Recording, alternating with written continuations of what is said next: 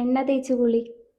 5/10. വെളിച്ചെണ്ണ നല്ലൊരു കണ്ടീഷണറാണ്, പക്ഷെ എണ്ണ തേച്ചാൽ അത് ഫുള്ളായിട്ട് ഷാമ്പൂ ഇട്ട് കഴുകി കളയണം. അല്ലാതെ വേർപ്പോ അഴുക്കുള്ള തലയിൽ കുറച്ച് എണ്ണയും തേച്ച് വെറുതെ വെള്ളം കൊണ്ട് കഴുകി കുളിച്ചു എന്ന് അവകാശപ്പെടരുത്.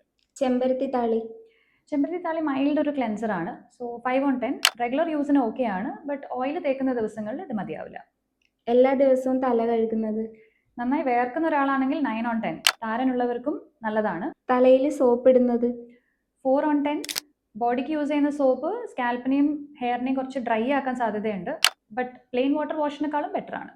കുട്ടികൾക്ക് മുടി വളരാൻ വേണ്ടി മുട്ടയടിക്കുന്നത്. 0/10. കൂടുതൽ മുടി വളരുമോ, ബെറ്റർ ആയിട്ട് മുടി വരുമോ ഒന്നുമില്ല. താരൻ മാറാൻ വേണ്ടി മുട്ടയടിക്കുന്നത്. അഗൈൻ 0/10.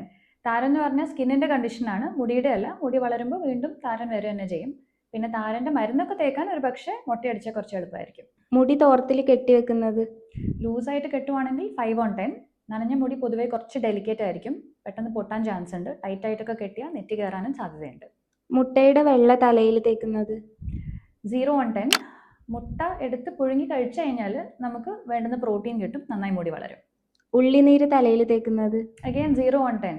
ഈ ഉള്ളി എടുത്ത് ചെറുതായി അരിഞ്ഞ് നേരത്തെ പറഞ്ഞ മുട്ടയുടെ കൂടെ ഓംലെറ്റ് ആക്കി കഴിച്ചാൽ മതി, നന്നായി മുടി വളരും.